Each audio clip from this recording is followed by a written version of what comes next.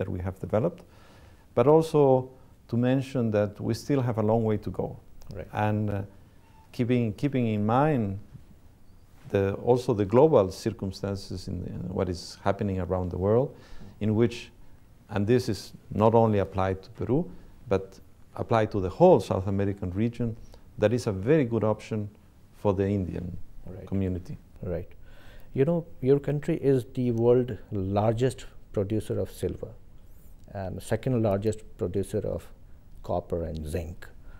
Do you have anything special, anything in your mind that how to get money invested from Indian corporate and Indian businessman to in your country in mining industry?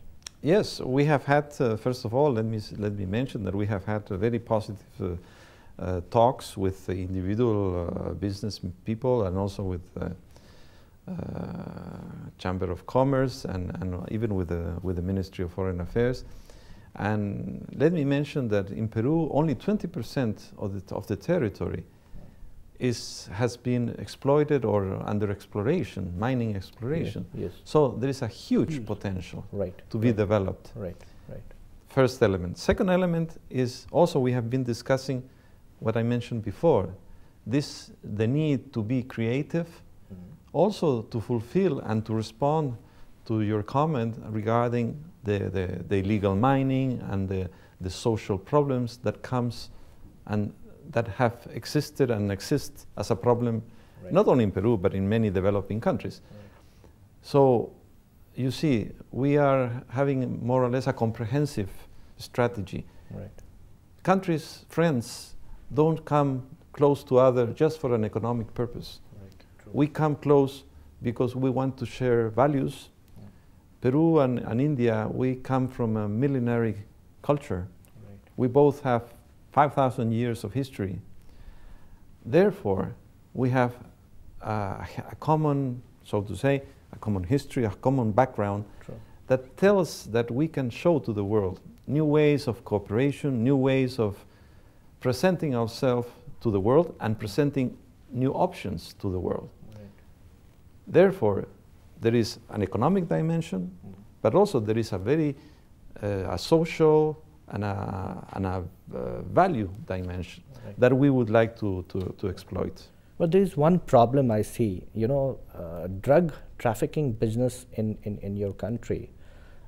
17% of your GDP is coming from drug trafficking, because you know the investment from outside Peru, for example from India or from any other developing country or developed world, they would like to understand the the social and political situation of your country. Shining path is emerging as a force again, but I don't see that from your government any real effort to curb shining path. Well, like I mentioned before, the shining path is not relevant today.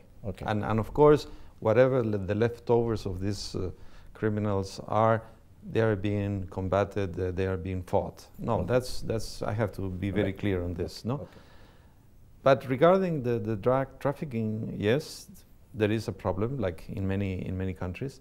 And then we have two approaches. The first is the police approach, the repression, and that the government is quite energetic, quite decisive in its action.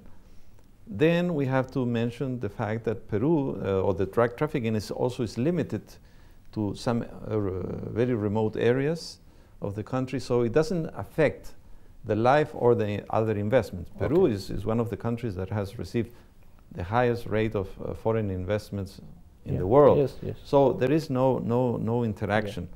But yes, we need to fight this problem, and therefore that explains why recently the 26th and 27th of June we held a world conference. India was represented at its highest level to see this phenomenon and to find new ways of cooperating. Our approach and the approach of the government of Peru is that we have to find together all the countries in the world. Because this is not only a problem of offer, it's a problem of offer and demand. And beyond that, it's a problem that directly or indirectly affects us all. So therefore, we have to find new ways in which we can cooperate, and we have to cooperate. Right. So you see that there is a police activity, even a military activity against the drug trafficking, but also there is a very intensive diplomatic activity to create the conscience and to create the possibility of cooperating with the countries, because this is a global issue. Right, true. This is no longer an issue that can can say this is a problem of X country or Y country. True, no, true. Affects us all. Well said. Actually, I also wanted to say thanks on several other issues, because Peru is very friendly with India. You are in support where India should get permanent seat in United Nations Security Council. India really appreciate. If I may say a last word, I have to say that this visit represents, for me, since this is my first time in India, represents an extraordinary experience. I have been able to feel the warmth and the friendship of your people, and the warmth and the professionality of your government officials.